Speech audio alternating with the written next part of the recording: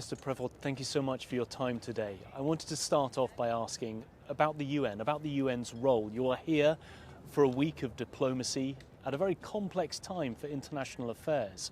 What role do you think the United Nations plays in all of that? We are here in the temple of international law, and it's important to reaffirm our commitment for the respect of international law, for a rule-based order. In such troubled times, it's really important, facing all the different places in the world with different conflicts, not only in the Middle East, but certainly there. It's really important that many countries continue to be defenders of the international law. We've seen that it's no more the case for some of them, included some big country with a lot of power. It's why it's important to reaffirm this important commitment.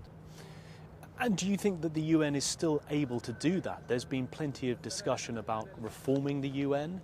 Is it still fit for purpose? I think it should be, because we do not have a better solution. It's like democracy. Some of them express that their lack of consistency. We need to renew the model, okay, but we do not have a better alternative. And I think that it's still important, more than ever, to continue to work together and to discuss in order to find solution on international level for different situations and issues located in different parts of the world. I want to ask about the conflict between Israel and Gaza at the moment. Belgium recently imposed sanctions on Israel. Why was that, and what message do you think it sends?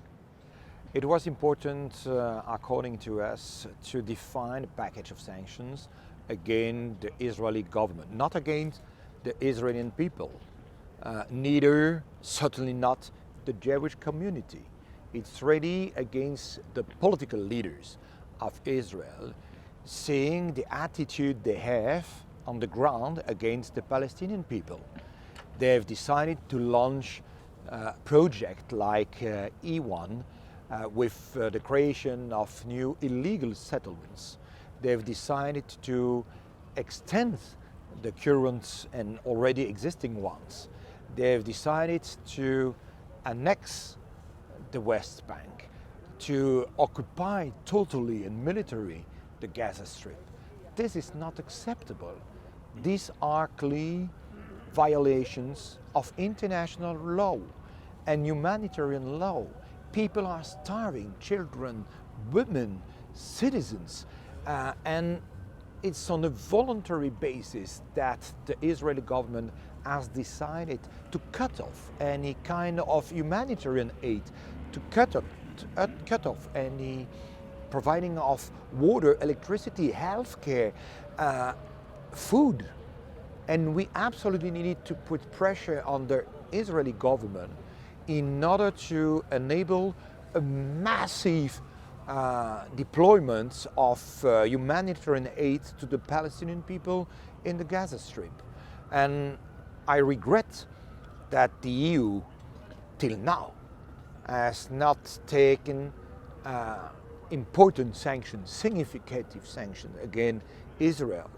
So we've decided to take such decision on national basis. But it's true that if we are looking for having a biggest impact, the EU level is certainly the right one. So there isn't that unity across all of the EU at the moment. I mean, how difficult is that to engage with Israel, to work out a unified position for the European Union? But you know that the European motto is unity in diversity. But for the moment, we do not have any united vision of the conflicts, and we have a broad range of diverse attitudes. Some of the countries refuse for historical reason, for instance, to take any sanction against Israel. And other European countries have decided to take many sanctions. And Belgium is certainly on the top of the EU countries that have decided to take sanctions against Israel with only one purpose: change the situation on the ground for the humanitarian situation. The humanitarian situation for the Palestinian people very much in the spotlight at the UN this week. We've seen countries recognising the state of Palestine. Of course, Belgium is one of them, but there are conditions, and that's that all of the hostages are returned and that Hamas plays no future part in ruling the Palestinian people. We've decided to send today a strong political signal. Belgium has joined the group of countries that has decided to recognize the state of Palestine, the legitimacy of this state, the humanity of the Palestinian people. And it is important to send such a signal to Israel in order to avoid that the two-state solution disappear as a scenario. Now the two-state solution is in danger. It's why it was so important having a broad community of countries supporting the New York Declaration. But it is true that besides this strong diplomatic signal to the international community sent by Belgium, we also have decided that the legal recognition, the formalizing of this recognition, will arrive later when all the hostages are released and Gaza and Hamas, really out of any governance of the Palestinian territory, in order to avoid that the recognition is used as a kind of reward to terrorism. It sounds as if you're saying Belgium feels that it's the right thing to do, it's the right message to send to the Palestinian people. Is there any worry on your half that perhaps it could be seen as a populist vote, a populist move to get behind the recognition of Palestine when so many other countries are doing so? No, it's certainly not our intention. We have not decided to take such a decision only for internal purposes, public opinion in Belgium. Of course, it exists different sensitivities related to the situation in the Middle East, even in the Belgian public opinion.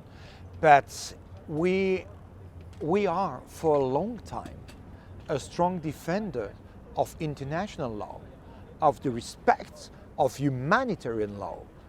We support a rule-based order, and it is why it's important to continue to defend strongly those values and express our concerns, but more than that, the fact that we condemn all the violation on the ground made by the Israeli government to the Palestinian people.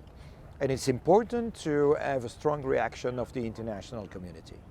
I just want to turn to the issue of Ukraine. You recently said that it was true that there had been several changes of plan and ways of thinking within the Trump administration when it comes to the war in Ukraine. Can you elaborate on that? But it's important to count on a reliable partner, and we are working all together, the European countries, with NATO allies, including the United States. The US remains a strong ally of the EU, and it's also part of the solution, I think so, of the conflict in Ukraine. The aggression war launched by Vladimir Putin must end quickly. And the US is also an ally for having a ceasefire, but it's important that all the different countries involved in the solution have a strong and reliable opinion, not changing from Monday to Friday. So it's important to also have strong commitments in order to provide strong and continuous support to Ukraine. And returning to that idea of unity, how much unity is there within the EU when it comes to confronting Russia? Is there that united front to push back and to help Ukraine? But most of the time, all the EU countries are united in order to decide, for instance, important sanctions against Russia. We will decide in the coming weeks a new additional package of sanctions, the 19th package of sanctions, and it provides results. But we absolutely need that all the important and powerful countries in the world, including the US, also decide important sanctions against Russia in order to obtain quite quickly a result and a ceasefire on the ground. Otherwise, it will continue to be difficult for Ukraine. And we are currently identifying all the different measures possible to take in order to reinforce the support to Ukraine. Minister, thank you very much for your time. Thank you so much.